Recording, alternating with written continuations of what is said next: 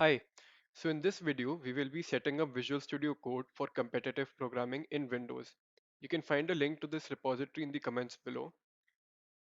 The first thing we want to do is follow 4 steps from the official VS Code site.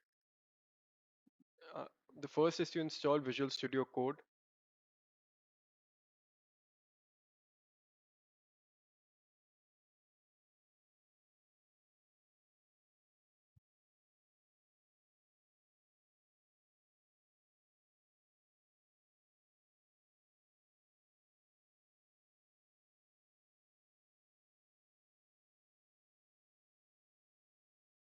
Let us install it.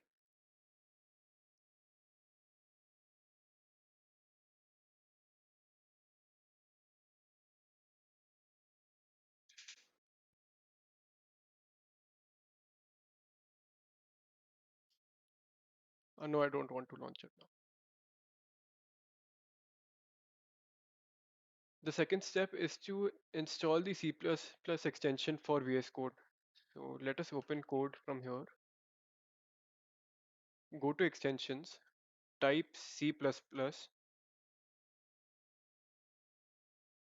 and this is the extension we want to install.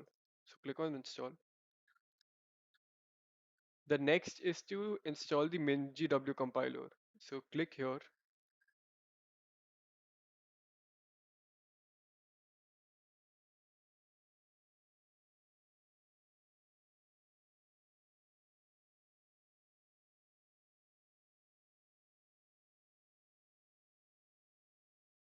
Now the instructions say we should install the 64-bit version. Next. So let us switch this to a 64-bit.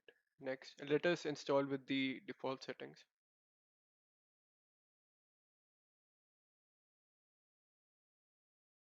This will take some time. I'll fast forward this part.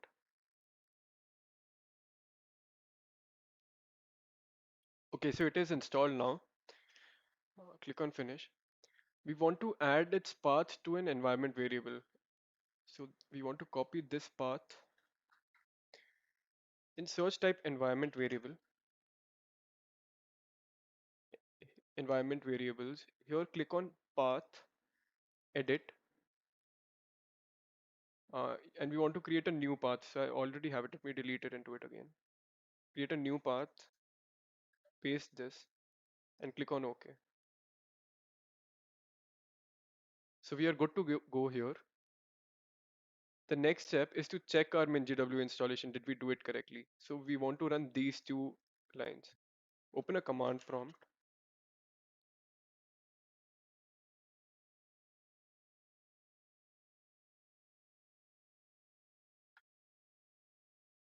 Okay, so G++ is correctly installed. Let us check if GDB is also installed. Done. So now we can proceed to installing this repository. We want to download the repository, extract it, and open a terminal. Let's do that.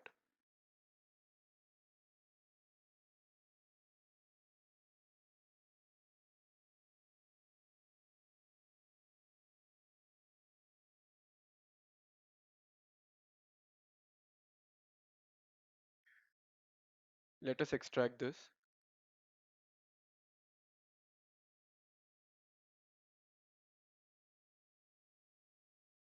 So this is the folder which contains the code.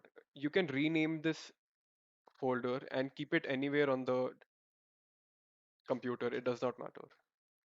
Let me keep keep this outside. Okay. Now you want to open Visual Studio Code here. So let us open Visual Studio Code. It is open here. File, open folder. Our file is in DCP. Let's select this folder. So this is what we get. Let us open a terminal here and execute this bat file. So for that, press a dot slash W and you can press a tab, it will automatically get completed. What it did is it created a current folder here. The advantage of this is if you type anything here, and you want to reset this, you can simply execute this file again. This will reset all of your files in the current folder. What it actually does is it copies all the files in the reset folder into the current folder. And if there are changes in the current folder, those will get rewritten. You can change the files here to include files of your choice.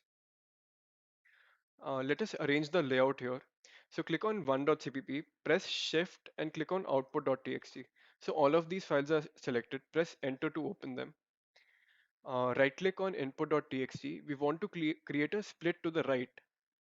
Let me arrange the window to the right. Press the middle button to uh, exit it here. Drag output.txt here and then right click split down. So we can now easily view the input and output and execute from here. Let me write a dummy code here and get back. Okay, so let us execute this code. I can create a breakpoint by pressing here. Press F5 to execute the code. So it has hit a breakpoint here. What it did is it input an integer from the user. So the input.txt has an integer 5. So the value of n here should be 5. You can also go to the debug console and press n and get its value. Uh, you can press F10 to step over. So we are creating this mapper here. I can hover over mapper to see the values inside, or I can print its value here. This should work with any data type.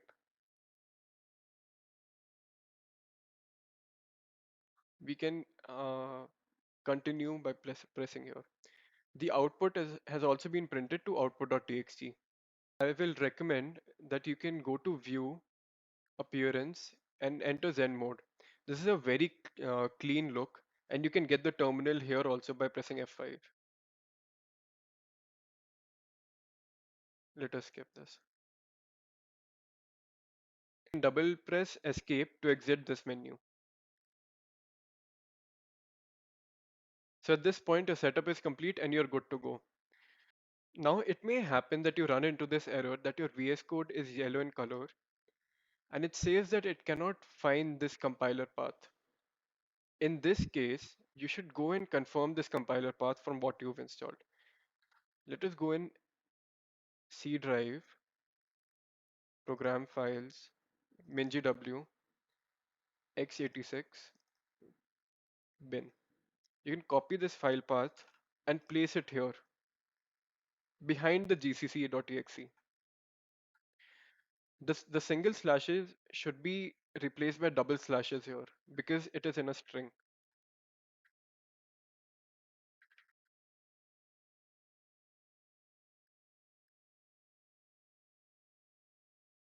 You will need to do the same thing 2 times more, one in each of these files.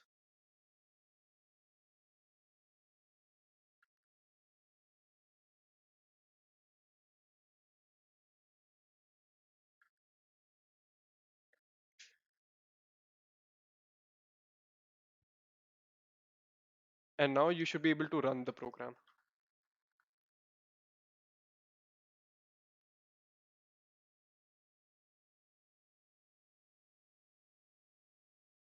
So at this point, you're all set up and good to go. If you come across any issues, feel free to report them here and I will revert as soon as possible. Also, if you have any suggestions, you are welcome. I hope you like this setup and happy coding.